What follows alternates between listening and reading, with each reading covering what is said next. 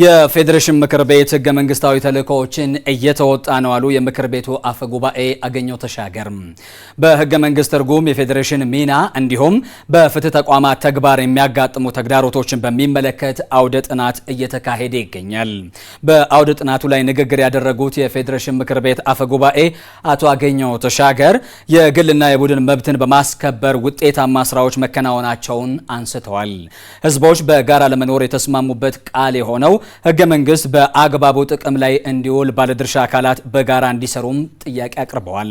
አውደ ጥናቱ እየተከታተለች የምትገኘው ባልደረባችን ዙፋን አንባቸው ደግሞ ተጨማሪ መረጃዎችን ልታጋራን በቀጥታ መስመራችን ላይ ነው የምትገኘው። ከሷ ጋራ አጠር ያለ ቆይታ አደርጋለሁ።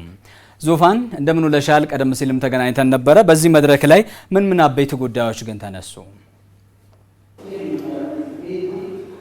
አመሰግናለሁ በረከት። ቀደም ብዬ ሳነሳ እንደነበረው ህገ መንግስት ትርጉም ውሳኔዎችን በሚመለከት የፌዴሬሽን ምክር ቤት ሚና ምንድነው፣ እንዲሁም ደግሞ የህግና የፍትህ አካላት ተግባርና በተግባራቸው ደግሞ የሚያጋጥማቸው ተግዳሮቶች ምንድናቸው በሚል ጉዳይ ላይ አውደ ጥናት እየተካሄደ ነው የሚገኘው። ይህ አውደ ጥናት በዋናነት የፌዴሬሽን ምክር ቤት በተለይ ደግሞ የህገ መንግስት ትርጉም ውሳኔዎች ላይ ሚናው ምን ይመስላል በሚለው ላይ ነው የተለያዩ ሀሳቦች እየተነሱበት የሚገኘው ማለት ነው። በዚህ አውደ ጥናት ላይ የፌዴሬሽን ምክር ቤት አፈ ጉባኤ አገኘሁ ተሻገርን ጨምሮ እንዲሁም ደግሞ በምክር ቤቱ የህገ መንግስት ትርጓሜ ውሳኔ አፈጻጸም ቋሚ ኮሚቴ ሰብሳቢ ዶክተር ሰማ ጥሩነህ እንዲሁም ደግሞ የፌዴራል ፍትህና ህግ ኢንስቲትዩት ዋና ዳይሬክተር አምባሳደር ደግፌ ቡላን ጨምሮ የፌዴራል ፍርድ ቤት ፕሬዝዳንቶች ጨምሮ በርከት ያሉ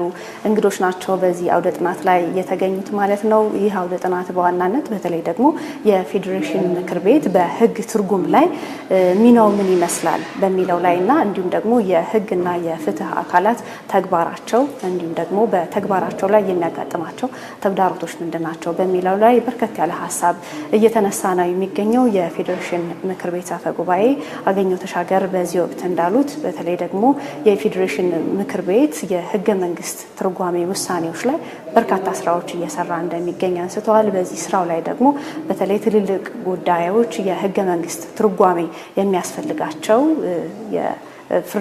ከፍርድ ቤት ባሻገር ደግሞ የህገ መንግስት ትርጓሜ የሚያስፈልጋቸው ጉዳዮች ላይ በርካታ ስራዎች መሰራታቸውን አንስተዋል። ከዛ ባለፈ ደግሞ በተለይ የፌዴሬሽን ምክር ቤት ከህግና ከፍትህ አካላት ጋር በቅንጅት መስራቱ የፍትህ ስርዓቱን ለማዘመን እንዲሁም ደግሞ ፍትህ ለማስፈን እንደሚረዳ ነው ያነሱት ማለት ነው። እንግዲህ ከዚህ በፊት በተለይ የህግ ትርጓሜ የሚያስፈልጋቸው ጉዳዮች ላይ የፌዴሬሽን ምክር ቤት ሲሰራ በርከት ያሉ ውሳኔዎችን አስተላልፈዋል።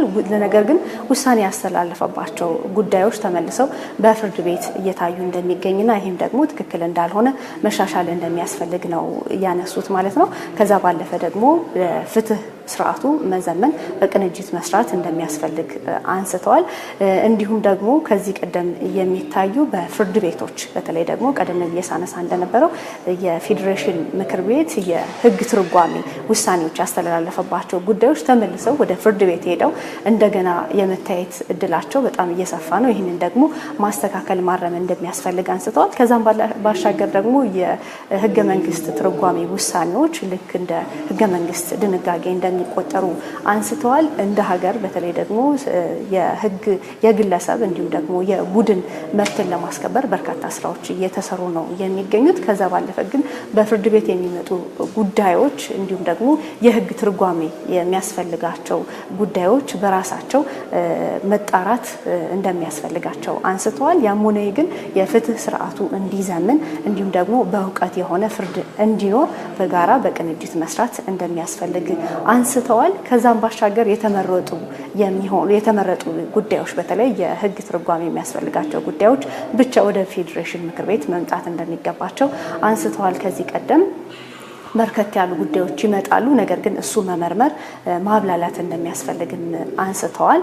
እንዲሁም ደግሞ ከዚህ በፊት የመንግስት ቤቶች የሚባሉት የመንግስት ይዞታ ቤቶች በሚባሉት 47 67 ጉዳይ ላይ ብዙ ክርክር የሚያስፈልገው ነው። እሱንም ደግሞ በጋራ ሆነን መፍታት እንደሚያስፈልግ አንስተዋል። ከዛ ውጭ ግን ያሉ ጉዳዮች ዙሪያ ደግሞ በጋራ የፍትህ አካላት እንዲሁም ደግሞ ዳኞች በጋራ መስራት እንደሚያስፈልግ ነው ያነሱት። በአጠቃላይ ለፍትህ መዘመን ለፍትህ ስርዓቱ መሻሻል በቅንጅት መስራት እንደሚያስፈልግና ወደፊት ደግሞ የህገ መንግስት ማሻሻያዎች የሚያስፈልጋቸው ጉዳዮች ላይ የፍትህ አካላት በቅንጅት ብንሰራ ውጤታማ የሚሆን ስራዎች እንደሚያስፈልጉና እንደሚሰሩም እንዲሁ አንስተዋል ማለት ነው። በአጠቃላይ ግን የህገ መንግስት ትርጓሜ የሚያስፈልጋቸው ወይም ደግሞ ህገ መንግስት ትርጓሜ ውሳኔ የተሰጣቸው ምክር ቤቱ ውሳኔ የተሰጣቸው ጉዳዮች የህገ መንግስት ድንጋጌ ተደርጎ እንደሚቆጠር ነው ያነሱት ማለት ነው።